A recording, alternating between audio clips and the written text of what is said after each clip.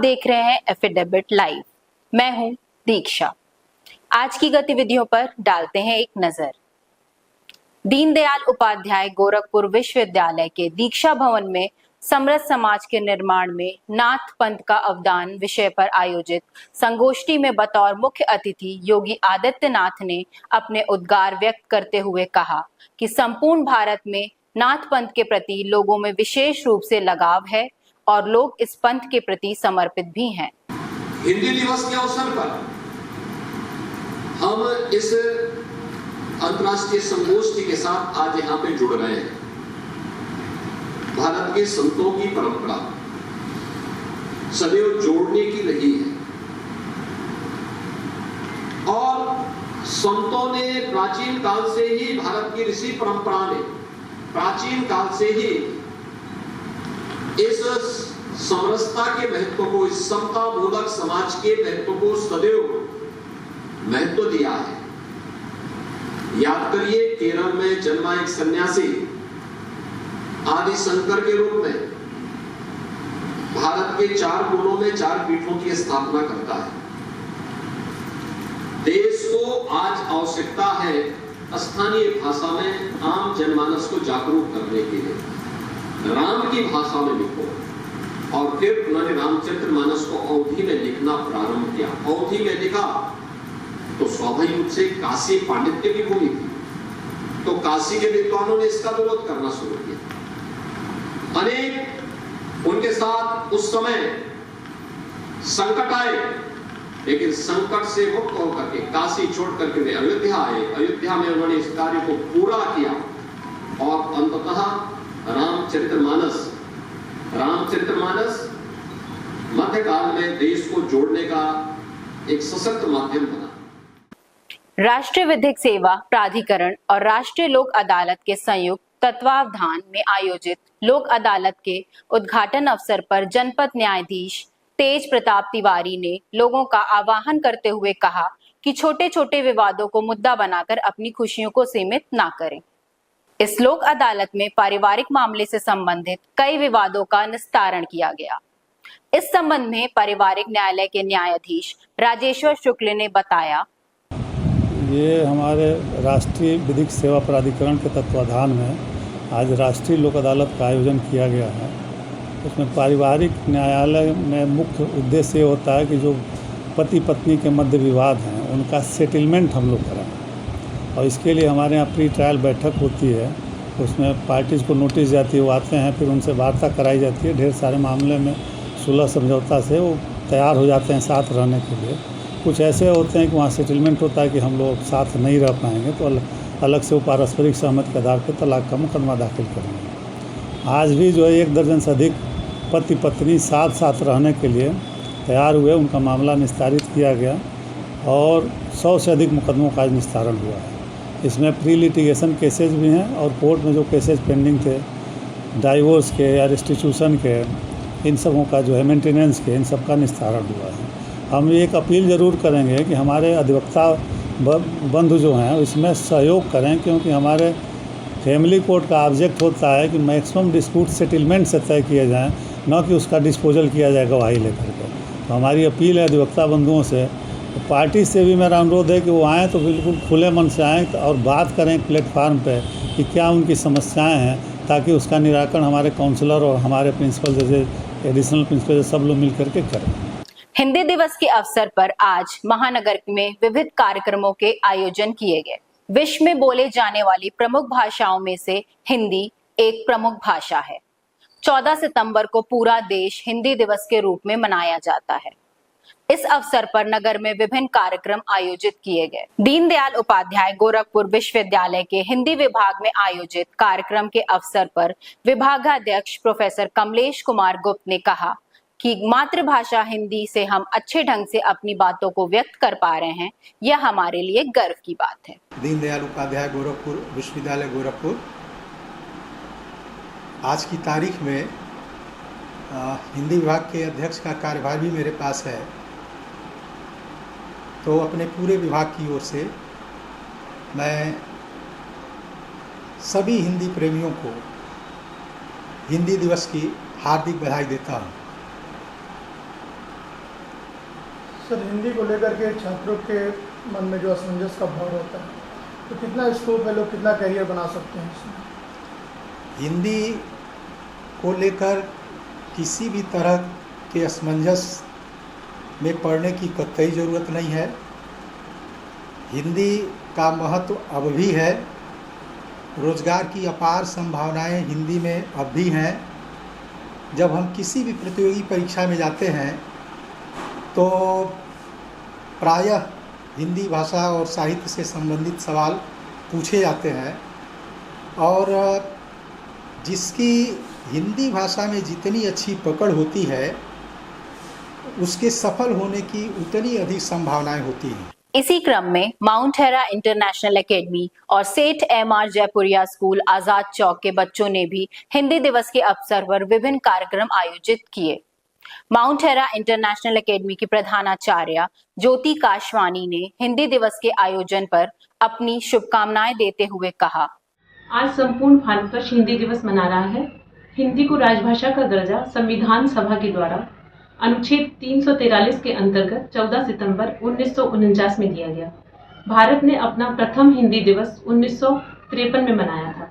हालांकि भारतवर्ष में विभिन्न बोलियों को बोलने वाले लोग रहते हैं, परंतु हिंदी ही एक ऐसी भाषा है जो सारे लोगों को एकजुट बनाए रखती है, क्योंकि हिंदी सब लोगों के अभिव्यक्ति का सशक्त माध्यम है। आज हमारे विद्यालय माउंट हेरा इंटरनेशनल एकेडमी में भी बच्चों ने अलग अलग लेखकों, कवियों और कवित्रियों का रूप धारण किया और उनके गद्य पद्य को प्रस्तुत किया। सेठ एमआर जयपुरिया स्कूल आजाद चौक ने भी इस अवसर पर विविध कार्यक्रम आयोजित किए। हिंदी दिवस मनाने का हमारा उद्देश्य यह है कि हिंदी को व्यापक प्रचार एवं प्रसार मिले, क्योंकि आजकल हमारी जो युवा वर्ग है वह हिंदी से पीछे अन्य भाषाओं को अंगीकृत कर रही है। अतः हिंदी को भी जाने समझे, क्योंकि मातृभाषा के जाने बिना हमारे अन्य भाषाओं का कोई महत्व नहीं है। हिंदी दिवस के अवसर पर सेठ एमआर जयपुरिया स्कूल गीडा में भी विभिन्न कार्यक्रमों का आयोजन हुआ। उपस्थित हूँ हिंदी दिवस में एक कविता सुनाने के लिए। कविता कुछ इस प्रकार है। माँ का एक कहानी, बेटा क्या तुमने समझ लिया है मुझको अपनी नानी, कहती है मुझसे यह चेटी तू मेरी नानी की बेटी, का माँ का लेटी राजा था या रानी, माँ का एक कहानी। जन्मदिन मुबारक हिंदी, कैसी हो तुम? बस ठीक हूँ। आज तुम बहुत खुश होगी क्योंकि आज ही भारतीय संविधान में तुम्हें राष्ट्रभाषा होने का ग्रामीण प्रदान की गई थी। अरे इस बात की प्रसन्नता, आजकल तो लोग विदेशी भाषा से भी आकर्षित हैं। अरे ऐसा है क्या? हम तो तत्सम शब्द हैं। हम सभी शब्दों से शुद्ध और पवित्र हैं, क्योंकि हम सभी शब्दों की जननी हैं।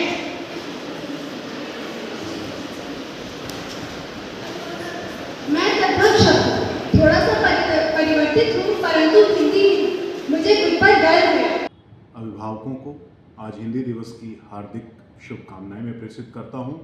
आज हिंदी दिवस के उपलक्ष्य में आज विद्यालय के छात्र छात्राओं ने विभिन्न माध्यम, लघु, नाटिका, भाषण एवं अन्य तरीके से हिंदी भाषा के विभिन्न तरह के शब्दों के बारे में प्रकाश डाला और हिंदी दिवस के महत्व को बड़े ही सुनियोजित तरीके से मंच पर प्रदर्शित भी किया। आज ये दिवस मनाने का जो मैं समझता हूँ कि जो सबसे बड़ा कारण ये है कि अक्सर ऐसा देखा गया है सर्वे में कि पूरे विश्व में जितनी भी भाषाएं बोली जा रही हैं उसमें से कुछ भाषाएं हर साल विलुप्त हो जा रही हैं। हमें अपने देश की संस्कृति और अपनी भाषा को बनाए रखने का सबसे अच्छा माध्यम ये है कि हम हिंदी को भी वरीयता दें। आगामी 12 वफात और गणेश विसर्जन त्योहारों को देखते हुए कोतवाली थाना में पीस कमेटी की बैठक हुई। क्षेत्राधिकारी ओमकार त्रिपाठी ने बताया कि दोनों त्योहारों को सकुशल संपन्न कराने के लिए पुलिस प्रशासन पूरी तरह तैयार है। 16 और 17 तारीख को 16 तारीख को वराफात है और 17 तारीख को गणेश विसर्जन है। तो ये त्योहारों के दृष्टिकोण से ये दोनों डेट्स आगे पीछे हैं और ये जो कोतवाली एरिया है तो इसको लेकर हम लोग काफ़ी सतर्क हैं। हमारे उच्चाधिकारियों के निर्देशों का अनुपालन किया जा रहा है इस संबंध में पर्टिकुलरली त्योहारों के संबंध में तीनों थानों पे पीस कमेटी की मीटिंग कर ली गई है और मीटिंग में जो भी निर्देश हैं, जैसे कि डीजे को लेकर सख्त निर्देश दिया गया है कि 2 डीजे से अधिक नहीं रखेंगे और जो आपसी सामंजस्य के साथ जो रास्ते में आने पड़ने वाले किसी भी प्रकार की समस्या है उसका सामंजस्य के साथ उसका निवारण करेंगे और त्योहारों की कुशलतापूर्वक इसको त्योहार को संपादित करने का प्रयास करेंगे। दिल्ली के मुख्यमंत्री अरविंद केजरीवाल को जमानत मिलने पर आम आदमी पार्टी के कार्यकर्ताओं ने मिठाई बांटकर खुशियों का इजहार किया। जिंदाबाद जिंदाबाद, जेल का ताला टूट गया, जेल का ताला टूट गया, आम आदमी पार्टी जिंदाबाद जिंदाबाद, आम आदमी पार्टी जिंदाबाद जिंदाबाद। आम आदमी पार्टी के जिला अध्यक्ष विजय श्रीवास्तव ने अपनी खुशी जाहिर करते हुए कहा, हमारे नेता राष्ट्रीय संयोजक आम आदमी पार्टी के दिल्ली के लोकप्रिय मुख्यमंत्री, जिनको फर्जी मुकदमे में इस अनपढ़ प्रधानमंत्री ने अपने सरकारी संवैधानिक संस्थाओं के माध्यम से गिरफ्तार किया था, कल हमारे नेता जमानत पे छूट के बाहर आ गए। उसी के खुशी में ये देखिए पूरे आम आदमी पार्टी के कार्यकर्ता यहाँ पे जश्न मना रहे हैं और एक दूसरे को मिठाई खिला रहे हैं। भारतीय जनता पार्टी के कार्यकर्ताओं ने माननीय मुख्यमंत्री के संबंध में लिए गए सपा प्रमुख अखिलेश यादव की टिप्पणी पर आपत्ति व्यक्त करते हुए विरोध स्वरूप नारेबाजी की।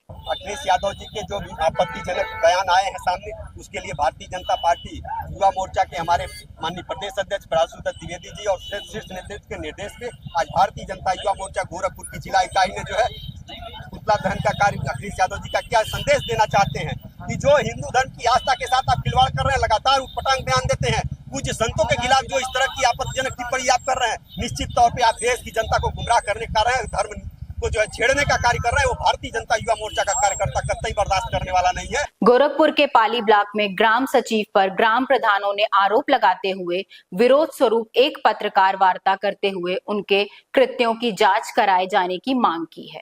जिला न्यायालय के विभिन्न अदालतों के मजिस्ट्रेट और न्यायाधीश के बीच आयोजित टेनिस प्रतियोगिता के विजयी खिलाड़ियों को जिला जज ने मेडल पहनाकर सम्मानित किया। जनपद न्यायाधीश तेज प्रताप तिवारी ने विजेता खिलाड़ी को शुभकामनाएं देते हुए कहा, न्यायिक अधिकारी भी प्रथमतः एक परिवार उनका भी है, एक जीवन उनका भी है और स्वस्थ उनको भी रहने का अधिकार है।